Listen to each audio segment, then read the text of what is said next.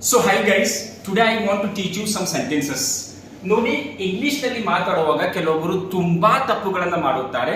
ಅದರ ಸಲುವಾಗಿ ನೀವು ತಪ್ಪು ಮಾಡಬಾರದೆಂದು ನಾನು ನಿಮಗೆ ಇಂಗ್ಲಿಷ್ ನಲ್ಲಿ ನೀವು ಸೆಂಟೆನ್ಸಸ್ ನಲ್ಲಿ ಜನ ಎಲ್ಲಿ ತಪ್ಪು ಮಾಡುತ್ತಾರೆ ಅನ್ನೋದನ್ನ ಕಲಿಸುತ್ತೇನೆ. So let's learn guys. Sentence errors. First sentence ನೋಡಿ ಎಲ್ಲಿ ತಪ್ಪಾಗಿದೆ ಅಂತ. He went to school by walk. By walk ಅನ್ನಬಾರದು, ಆನ್ ಫುಟ್ ಅನ್ನಬೇಕು. On foot. ಆಮೇಲೆ ನೆಕ್ಸ್ಟ್ ಸೆಂಟೆನ್ಸ್ ನೋಡ್ಬೇಕಂದ್ರೆ she is angry on me. On me ಅನ್ನಬಾರದು, ವಿತ್ ಮೀ ಅನ್ನಬೇಕು. ಈ ತರ ತಪ್ಪುಗಳನ್ನು ಮಾಡಬಾರದು. ಸೊ ನೆಕ್ಸ್ಟ್ ಸೆಂಟೆನ್ಸ್ ನೋಡಿ, I know cooking. I know cooking ಅನ್ನಬಾರದು, I know how to cook. ಈ ತರ ಅನ್ನಬೇಕು. I know how to cook. ಆಮೇಲೆ ಹಿ ಎಕ್ಸ್ಪೈರ್ಡ್. ತುಂಬಾ ಜನ ಇದರಲ್ಲಿ ತಪ್ಪು ಮಾಡುತ್ತಾರೆ. ಹಿ ಎಕ್ಸ್ಪೈರ್ಡ್ ಅನ್ನುತ್ತಾರೆ.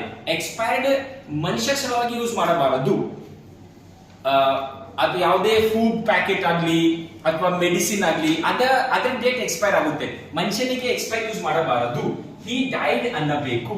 ಹಿ ಡೈಡ್. ಎಕ್ಸ್ಪೈರ್ಡ್ ಅನ್ನಬಾರದು. ಅದೇ ತರ ಲಾಸ್ಟ್ ಸೆಂಟೆನ್ಸ್ ನೋಡಿ, they and me are learning English. They and me ಅನ್ನಬಾರದು, ದೇ ಅಂಡ್ ಐ ಅನ್ನಬೇಕು. They and I are learning English. ಈ ತರ ಅನ್ನಬೇಕು.